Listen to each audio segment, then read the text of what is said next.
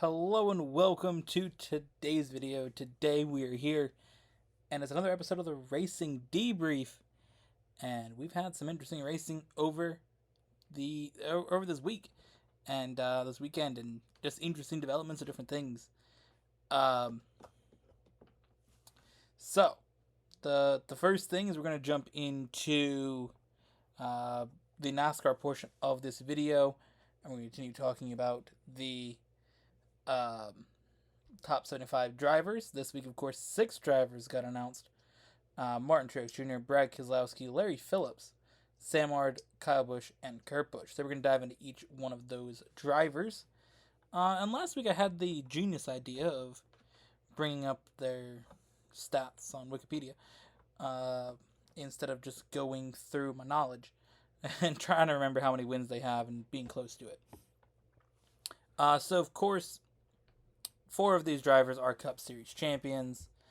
So every Cup Series champion is automatically going to be on the greatest driver list. So let's look up Martin Truex Jr., of course, 2017 champion. I think he got 32 wins. Most recent one being Dover. So 32 wins, 13 Xfinity wins, and 1 truck win. Of course, some other things. 2-time champion of the Xfinity Series, of course, Busch Series at the time. Of course, we said the Cup Series champion 2017, 2016 and 2019 Coke 600 winner, and 2016 Southern 500 winner. Obviously, a very, very deserving driver with those stats. 3 championships at the top 3 levels of NASCAR will get you into a good spot. And of course, 32 Cup wins isn't bad. And another 13 Xfinity Series wins. That's it's not bad either.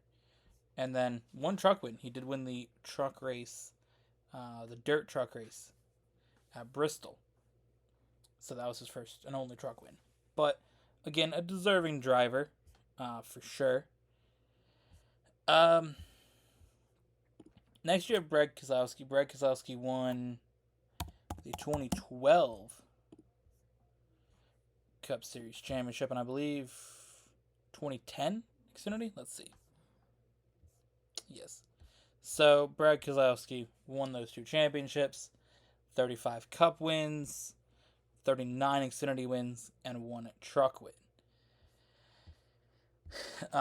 He's also won the Southern 500 in 2018, the 2018 Brickyard 400, and the 2020 Coke 600. So he's got some of the crown jewels in there.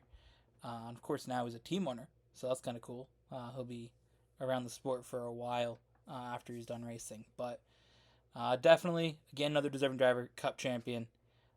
Definitely puts him on that list. And I'm sure we'll see him add some more wins eventually once RFK gets rolling, gets a little bit faster. And I mean, Super Speedways, they've been in a decent spot. I mean, it's good there. So I wouldn't be surprised if you can grab a Super Speedway win at some point. I always put $5 on him. I always bet on Brad Keselowski winning. So, comes with Super Speedways. Definitely one of the drivers to watch out for on those tracks. So, let's see. Next up, we have Larry Phillips. So that will be an interesting one. I don't really know anything about him, so we're gonna learn together. Obviously, he did a lot of racing things that NASCAR thought that he was deserving of being on this list. So he did NASCAR Weekly Series Regional Championship, which he won in 89, 91, 92, 95, and 96.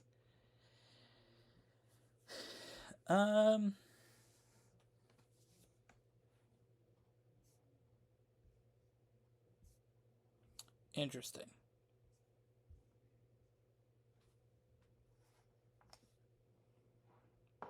I mean, I don't really know much about the NASCAR weekly series, so I can't really comment on it. Again, winning championships, winning 5 championships. Again, NASCAR thought he was deserving of it. I mean, I don't know enough about him really to say anything else. I don't think that NASCAR is going to make a wrong call with their top 75 list. Again, it's what the people in charge of the sport think are the best drivers, and if they feel he's deserving of it, then I'll feel he's deserving of it. So he's pretty much the only guy that's been here on the list that achieved all of his things when the top 50 list came out, because the 50 list was in 1998. He had won his 5th final championship by then. So he's the only one so far. I think Sam Ard, who we're going to talk about next, I believe he's also on that list. Yeah. As drivers that have basically achieved their things before the top 50 list came out. But again, Sam Ard is somebody that is deserving of it, winning 22 Xfinity Series races, 2 championships, 83 and 84. That was pretty much like early into that series. He only attempted 1 Cup race, but a lot of the times that you see things that pop up, so you see stats and things with his name so often during Xfinity races of wins in a row or just different achievements you can get in the Xfinity Series. So I figured that he'd be one of the names to be on it. Actually, last week when I predicted the last 8, I said him as one of the names because there's 2 spots that were drivers that were not Cup champions that were left. Because basically, there's 10 drivers going into last week, or going into last week, that hadn't been revealed yet, and 8 of them were Cup champions, so you knew who they were. But there was 2 spots that were left. I figured Sam Ard would be one of them, and he was. So again, another deserving driver. And then next up, we got Kurt Busch and Kyle Busch. We'll go over Kyle Busch first. Again, Kyle Busch has achieved an insane amount of things in his NASCAR career. I guess we'll start with 2 Cup championships, 2015 and 2019. He has the 2009 Xfinity Series championship. Never won a Truck Series championship, but he does have 63 truck wins, 102 Xfinity wins, and 62 Cup wins. I mean, I think that it'd be cool to see him go for a truck championship at, some point where he says, okay, I'm done racing Cup, and do a year or 2 and see if he can be the first driver to win a championship in all 3. I think it'd be awesome. And I think it'd be fitting to have your all-time wins leader in the Truck Series be a champion in the series. It's kind of weird that he's not. So, looking at his other stats, 2018 Southern 500, 2015 and 2016 Brickyard 400, 2018 Coke 600. Again, all-times winner in Xfinity Series and the Truck Series. And he's the first driver to win a Cup race on every track that was active on the schedule at the time. And he's the first driver to sweep a weekend. So, winning Trucks, Xfinity, and Cup.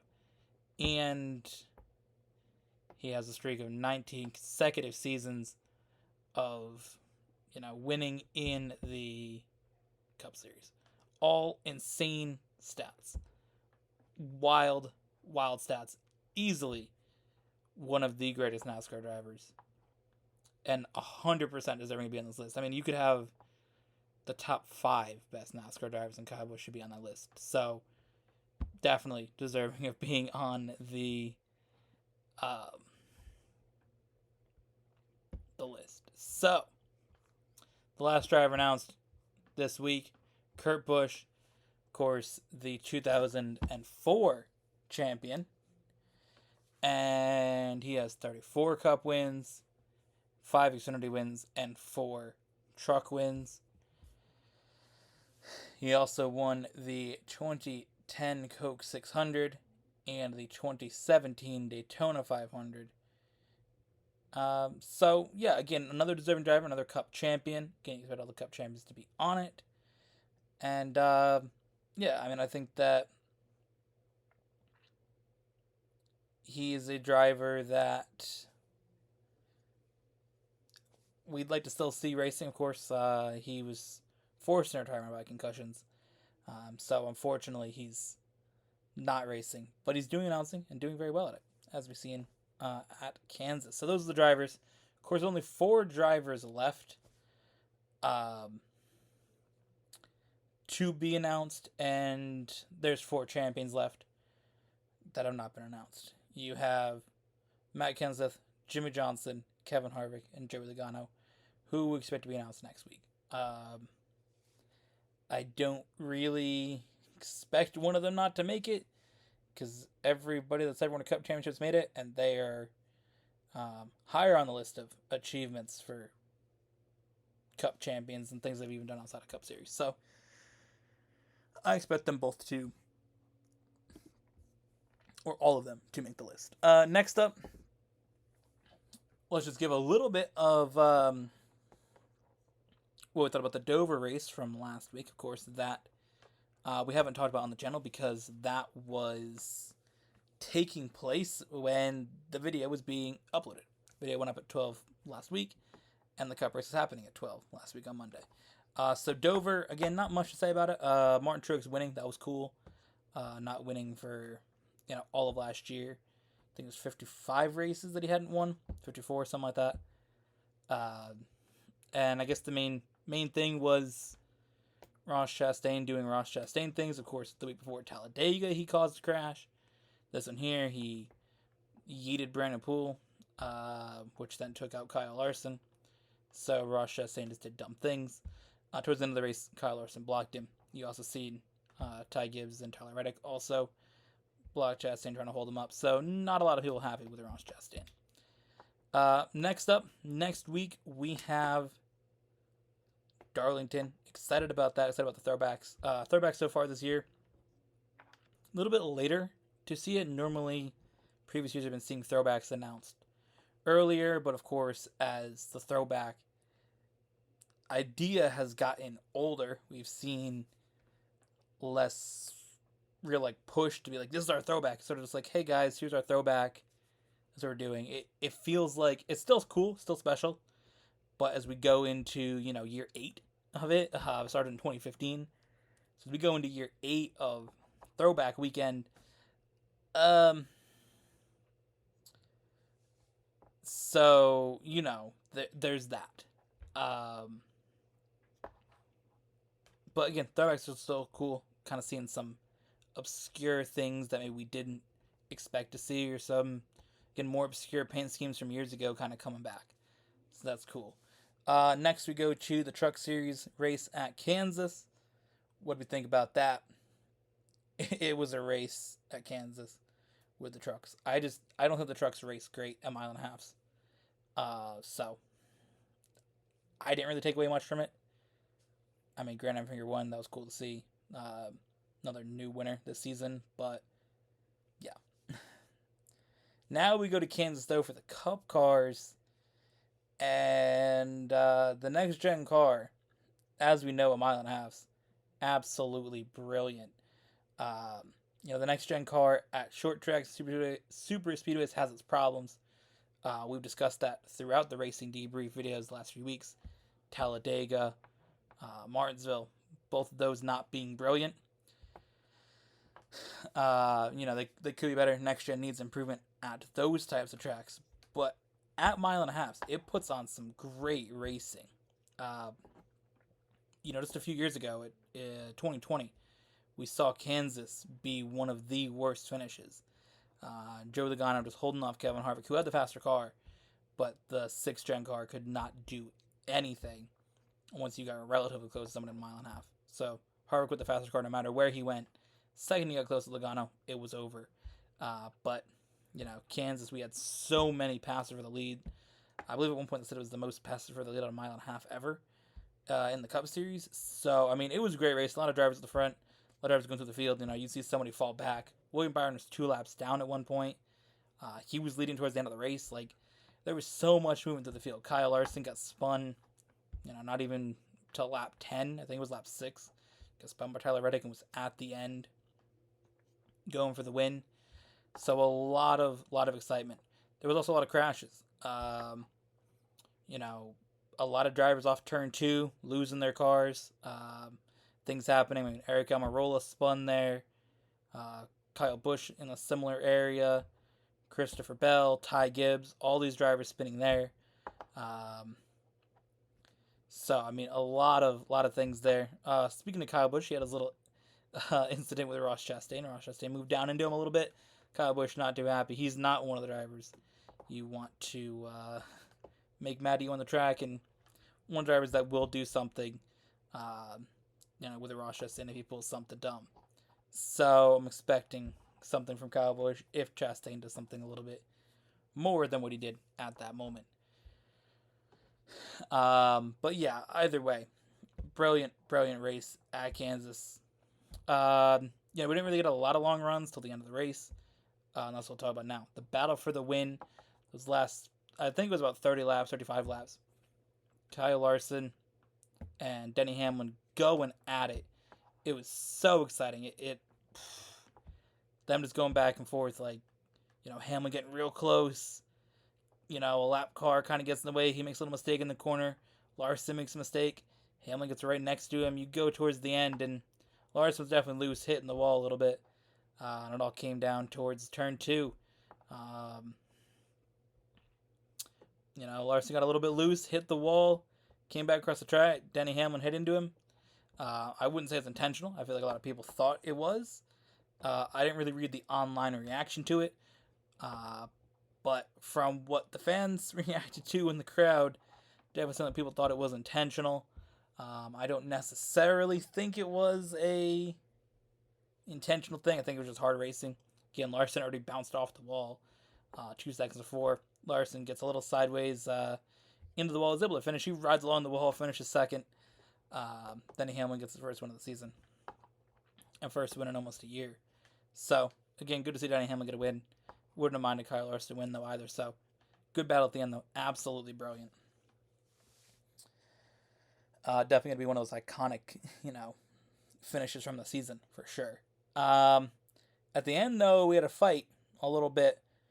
Noah Gragson and Ross Chastain. Ross Chastain moved up the track a little bit, put Gragson on the wall. He was not too happy about it. Gragson ended up spinning out later. I don't know if it was from the same incident with the tire or just his own spin, but he ended up finishing 5 laps down. Came in the pits, one talked to Chastain, grabbed him a little bit. Chastain threw a punch, but, Gragson said in his interview, people got to stand up, say something to Chastain because they were letting him drive through people, let him get away with it. And I think that, people got to say something, and I think Gragson saying it is good because a lot of people just, we go on, videos. There's a video like this, people throughout the week, TV shows, radio shows, other YouTube videos. People are going to be talking about it. Chastain doesn't care. He doesn't care that anybody has anything to say about him. That's how he races. You got to have the drivers on the track do something. They'll go on to their own podcasts or they'll go on to other shows or, whatever and talk about it. But nobody's done anything. That's the first time we've really seen somebody have a reaction to Chastain. Again, Gragson got taken out at Talladega because Chastain went through the middle, which set off the crash that had Kyle Larson and Ryan Preece involved in that hard hit that we saw there. So Chastain's just done this, 3 weeks in a row he's caused something. Multiple things at Kansas this week. Again, we talked about Kyle Busch. And again, no Gragson. We had last week where he took out Brennan Poole, which in turn took out Kyle Larson. And then we had at Talladega. Again, he took out Noah Gragson, caused a big crash. So, yeah, Chastain's done a bunch of dumb things. Drivers in the last, really since he got, I feel like the Trackhouse, he really hit another level. I mean, I wasn't necessarily a fan of him before, but the way he raced in his first, few races with Chip Ganassi in Xfinity, stands out how he raced at Darlington against Kevin Harvick. For me, that was the first time I was like, this dude's whack. just how he drives through people for unnecessary reasons. And since then, I've kind of thought, really, this dude, this is the guy we're hyping up. But yeah, it's good to see some drivers actually starting to say something, and I'm sure he's gonna mess with the wrong driver. He does something. Again, I was saying this earlier. If he does something with Kyle Busch, or I think Kevin Harvick, one of those guys, even like a Joe Logano, they're gonna go after him, and they're gonna want to talk to him on the pits. So I think there's gonna be some guys that do something if he pulls something with them on the track. Now we're gonna jump to the F1 side of this video with the Miami Grand Prix.